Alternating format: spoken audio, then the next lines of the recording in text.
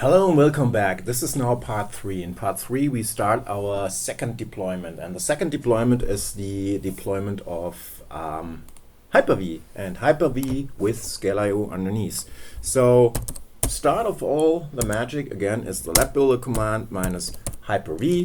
We want it to be clustered, and we want to have 3 Hyper-V nodes, and we want to have scaleio underneath, and we want to have the latest and greatest scaleio version, and we want to use 3 disks for the deployment. So 3 disks that are then 3 local additional disks that we then use to build a scaleio environment up from, and we don't need to specify those tasks because they're in the defaults. So we use the minus defaults, and we specify minus nmm because we want to have nmm installed, and we use the latest and greatest nmm version, and this is the nmm version 8.2.1, and we save this also to the defaults. Is there anything else that we need? No, I don't think so.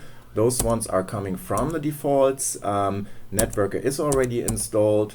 Subnet comes from the defaults, as well as all those other nice things. So we don't need to take care for that one. So for now, we do the same as before, because I don't want to stress your time right now.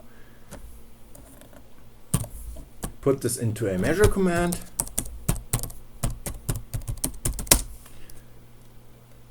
Press return and go for a coffee. But before we go for a coffee, what will he do? Networker will install scaleio on 3 Hyper-V nodes, and the whole thing will be clustered. I'm always doing this checks. Right now I'm saving the defaults to the defaults XML, so the stuff that's new for defaults. The domain is labbuildr. What I'm doing here is I do a check against the actual running domain controller if the parameters I specify, like network, even if they come from the defaults, match with the actual deployment of the domain controller.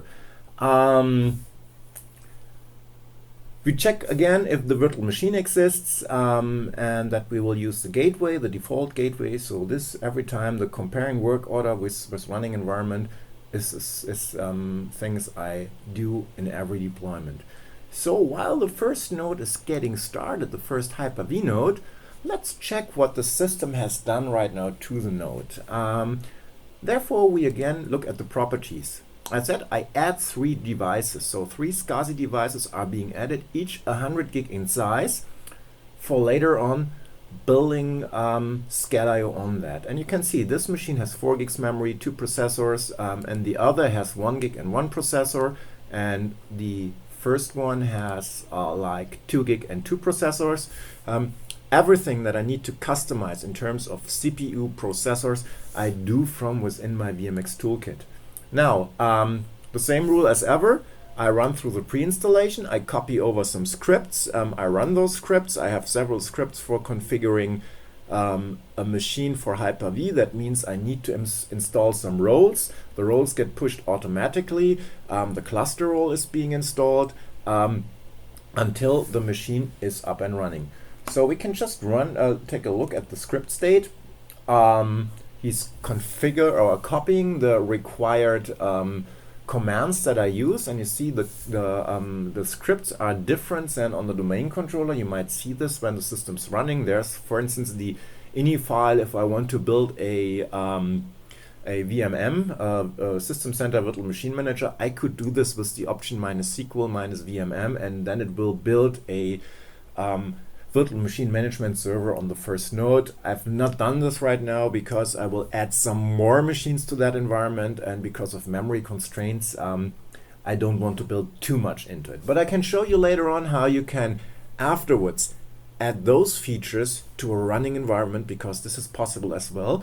The way I build my scripts, you are able to execute those scripts even after an installation of a environment or a scenario.